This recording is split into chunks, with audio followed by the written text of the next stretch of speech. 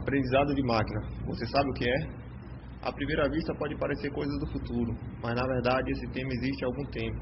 Ele existe desde a década de 50 e atualmente é bastante presente no nosso dia a dia.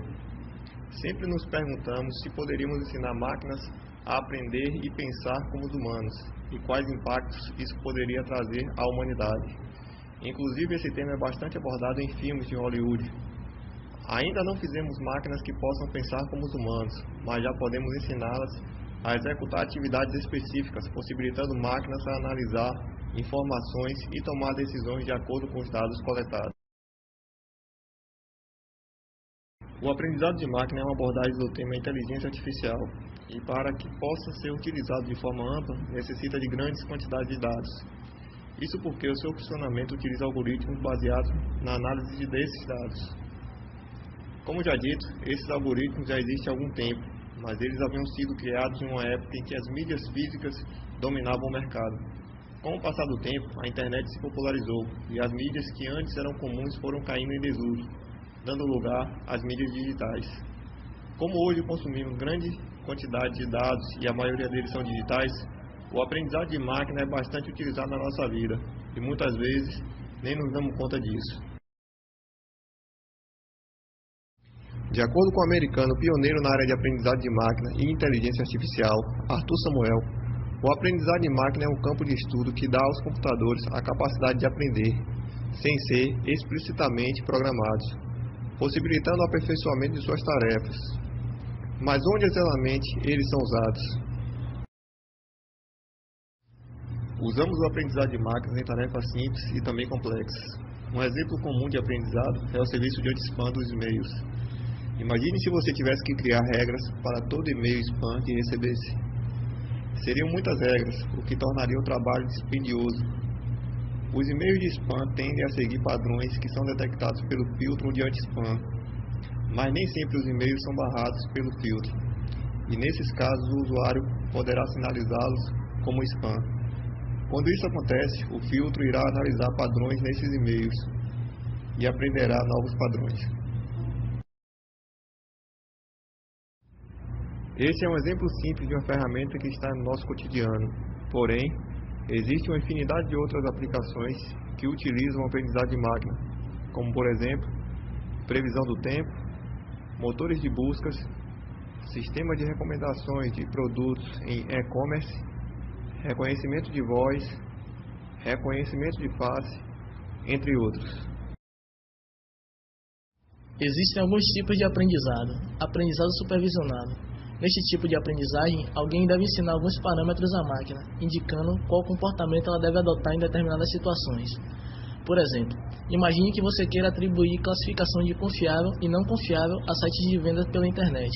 Para fazer isso, você deverá fornecer uma série de variáveis associadas a sites confiáveis e não confiáveis. Através desses dados, o algoritmo terá parâmetros para avaliar todas as informações necessárias e em seguida atribuir a classificação ao site. Aprendizado não supervisionado. Neste modelo de aprendizado, não é passado nenhum parâmetro. O algoritmo irá analisar e comparar os dados, e a partir daí tentará criar classificações de acordo com variáveis encontradas. Se considerarmos a situação anterior, provavelmente ele iria encontrar uma série de outras classificações diferentes das que havíamos determinado. Isso porque ele identifica padrões de relacionamentos de acordo com os dados obtidos única e exclusivamente por ele. Além disso, existem várias técnicas de aprendizado de máquinas. Classificação. Neste caso, os algoritmos criam rótulos para os dados, possibilitando modelar semelhanças e diferenças. Um exemplo prático para essa técnica é o filtro de spam. O filtro vai rotular o e-mail em um de dois resultados possíveis, mas também é possível classificar algo de um entre muitos resultados possíveis. Regressão. Na regressão, o algoritmo consegue atribuir um rótulo com um valor real a uma nova instância. Exemplo, um sistema capaz de analisar dados de vendas de veículos poderá atribuir um valor a um determinado veículo de acordo com diversas variáveis possíveis. Exemplo, ano, modelo, histórico de mercado. Clusterização. Neste caso, não há nenhum tipo de rótulo nos dados ou exemplos para comparar. O algoritmo vai procurar padrões, um grupo de entidades similares e em seguida classificá-los. Exemplo, imagine uma lista com uma grande relação de animais e várias características sobre eles. Com a clusterização, ele consegue coletar essas informações e, a partir daí, criar grupos com características similares. As técnicas de classificação e regressão são supervisionadas, pois dependem de informações prévias. Já a clusterização é não supervisionada, pois não depende de nenhuma informação prévia. O Watson participou de um show de TV de perguntas e respostas contra 2 dos melhores participantes que o programa tinha. E, surpreendentemente, ele venceu os 2. O supercomputador da IBM não acertou todas as perguntas, mas sua taxa de acerto foi muito grande, e segundo a IBM, essa taxa é de 70% contra 40% dos humanos. Mas também temos experiências de fracassos, como o chatbot TAI, da Microsoft. O TAI foi criado para agir como um humano, interagia de acordo com comentários do Twitter. Em 24 horas desde seu lançamento, o chatbot emitiu uma série de tweets impróprios, como comentários misóginos e racistas. Seu funcionamento tem como base algoritmos que faziam aprender através de interações com os humanos. Porém, ele não tinha como discernir conversas normais de conversas racistas. Lógico que isso não é culpa inteiramente do chatbot, mas sim de uma parcela de usuários que resolveram zoar com o TAI, e também da Microsoft por não ter identificado essa falha.